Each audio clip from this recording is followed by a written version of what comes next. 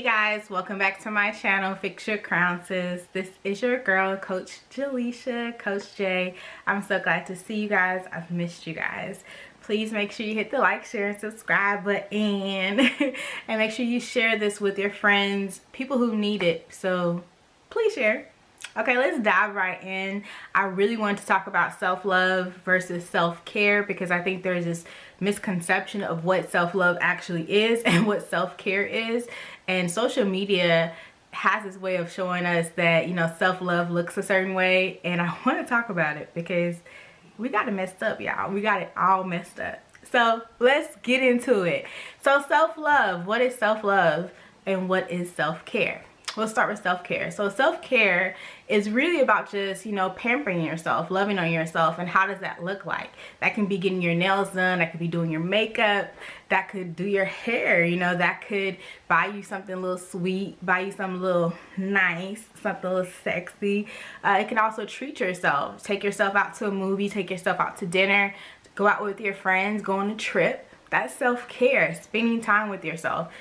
Working out, which is also kind of like self-love in a lot of different ways, but working out, you have to take care of your body, right? You have to take care of your temple, and it makes you feel good afterwards. You feel good about the way you look. You feel good about how, you know, that you were able to accomplish a goal. So self-care is just taking care of self, and it looks good. You know, you need that. We need that. But there's a lot of ideas that self-care correlates to self-love, which it does, but doing those actions, washing your hair, you know, getting your nails done, buying something nice, wearing something nice, dressing up, that's just taking care of yourself. Those are the bare necessities that we should be doing to make sure we pour more love into ourselves, but it's not necessarily self-love. Self-love goes deeper. And so self-love is more so, what are we doing to better ourselves from the inside that can reflect outside? So that's like, are we journaling? Are we holding our boundaries? Are we being intentional about how we choose to live our lives? Are we choosing to put our mental health first? Are we choosing to, you know, be more positive? Are we choosing to say gratitude? Are we choosing to say affirmations to empower ourselves? Are we choosing to be around people who uplift us and encourage us and love on us? Are we actively working through our trauma and our triggers so that we don't continue to make the same cycles and patterns that we have in the past? And so how can we work on self-love? Self-love shows up by journaling. I love journaling, y'all. I got my little journey here. I love journaling. Journaling helps because we can start asking ourselves hard questions. Who are we? What do we desire? Why am I always reacting the same way to the same situation? Why do I keep choosing these type of friends? Why am I drawn to these certain people? Why am I drawn to certain men, to certain women? Why am I always in these certain scenarios? Where does it stem from? When was the last time I felt loved? When was the last time I knew what love was? What makes me feel seen? Like, these are the questions you can sit with yourself and journal. There's prompts on Google, there's prompts online on YouTube where you can like find out prompts you can use to start questioning yourself. The only person that knows you better than anyone else is yourself. And we a lot of times we wear masks. We show people what we want them to see, and we don't even know. We're disconnected from ourselves. And so journaling allows us to get back connected with our center, to get back connected with who we are. And it allows us to ask ourselves hard questions and then to dig deep. It is very much therapy. A lot of times we can't afford therapy. A lot of times we don't have those resources that we can just go to someone and just expose all of our secrets and expose all of our wounds. But journaling allows that space. And then you can look back and see your progress. You can look back and see what you kind of have your hangups on. And that's self-love because you're having an outlet to pour into yourself. So journaling is one thing. Finding some type of meditation or some type of routine, a self-love routine. And that looks like, for me, for example, I have to get up early in the morning. I have to pray. I have to meditate. I have to, and this is before I get out the bed, I have to pray. I have to speak intentions about what I want my day to look like. And being intentional means that I am being purposeful about my day. I know that I have no control over what happens in this life. I have no control over what goes on. But what I do have control over is what I respond to and what I allow to mess with my energy and what I allow to mess with my aura. And that's what you have control over as well. You have the power to set your day the way you want it to be. So I'm very intentional about how I set my day. I'm also very intentional about speaking gratitude because it gives me perspective, it gives me purpose, and it reminds me of where I am at this very moment. A lot of times we struggle with anxiety, we struggle with, sometimes depression, sometimes just feeling like all over the place, and that's a lot of it is due to were we thinking in the past, or are we thinking too far ahead in the future? And when we're thinking too far ahead in the future, we're coming up with scenarios in our head and we're not present. And gratitude allows you to be present in the moment and to be just grateful for everything that you have at this very moment. It could be the smallest things. It could just be waking up in the morning. It could be having your dog in the bed with you. It can be that you have somewhere to lay your head. It could be that you have a job. Side note, I know a lot of people that are not happy with their job. I've been there, that you do not like your job.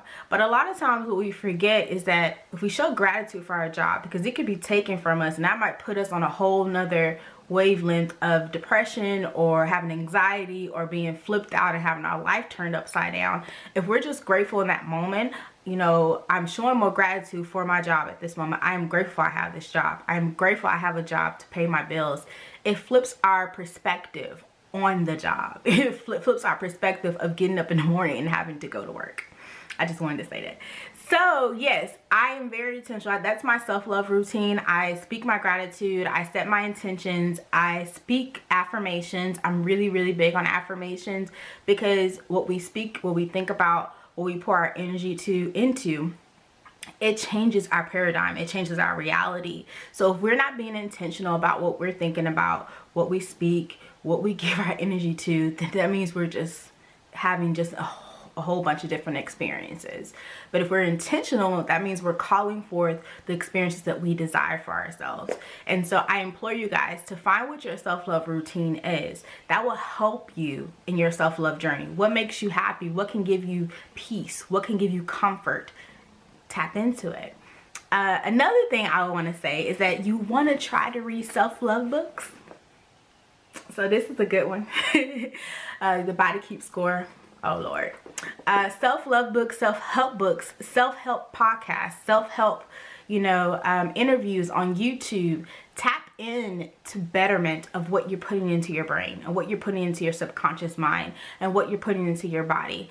That's self-love. Because if we're always doing the same mundane things and we're always experiencing the same things, if we're not pouring good things, positive things, loving things into ourselves, then we're still programming ourselves with negativity. And so we can't be surprised that our situation, our experiences have not changed because we have not changed. We're not putting into our body and our mind good things, prosperous things that can help us grow and elevate and shift our reality. And so I implore you guys to listen to podcasts that will uplift you. Listen to people that you normally would never think of. For me, it was Ayanna Van Zandt, it was Oprah Winfrey, it was Eckhart Tolle, it was, I believe Michael Singer. I don't know if I'm saying that correctly, so bear with me. But I just started Googling a whole different types of people. Even Lisa Nichols. I just wanted to hear people's scenarios and their stories of how they push through, because we all have pain, we all have discomfort, but how do we go to the next step? How can I change where I'm feeling right now? And so that's self-love in itself. When we choose to invest in our growth, we choose to invest in our prosperity. And then the last thing I want to mention is that be mindful of the people that you have around you. That shows what self-love is. If I have people around me that's honoring me, that's loving me, that's pouring into me, and I can pour into them, that's self-love. That's healthy. That's a reciprocity. But if I have people around me where I am constantly giving, constantly oversharing, constantly having to overcompensate my love, constantly having to chase or beg or feel used and abused, then that's a lack of self-love within myself, because I would have boundaries in place. I would be able to tell someone no. I would be able to stick up for myself. I would be able to hold people to their word. I'll be able to hold people to who they are when they show up and show me who they are. I will allow myself to honor that within me if I do truly love myself. So your relationships, your experiences with people, friendships, who you allow in your inner circle, even your family, because some family can be toxic, that shows how much you love yourself. And so I hope you got some understanding. Self-love is very different than self-care.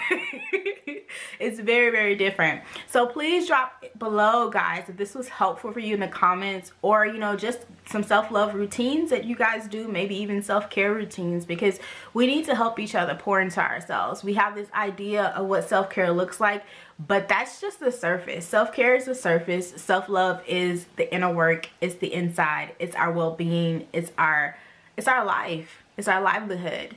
And we need the self-care, but without the self-love, it's just putting makeup on a pretty face. Okay?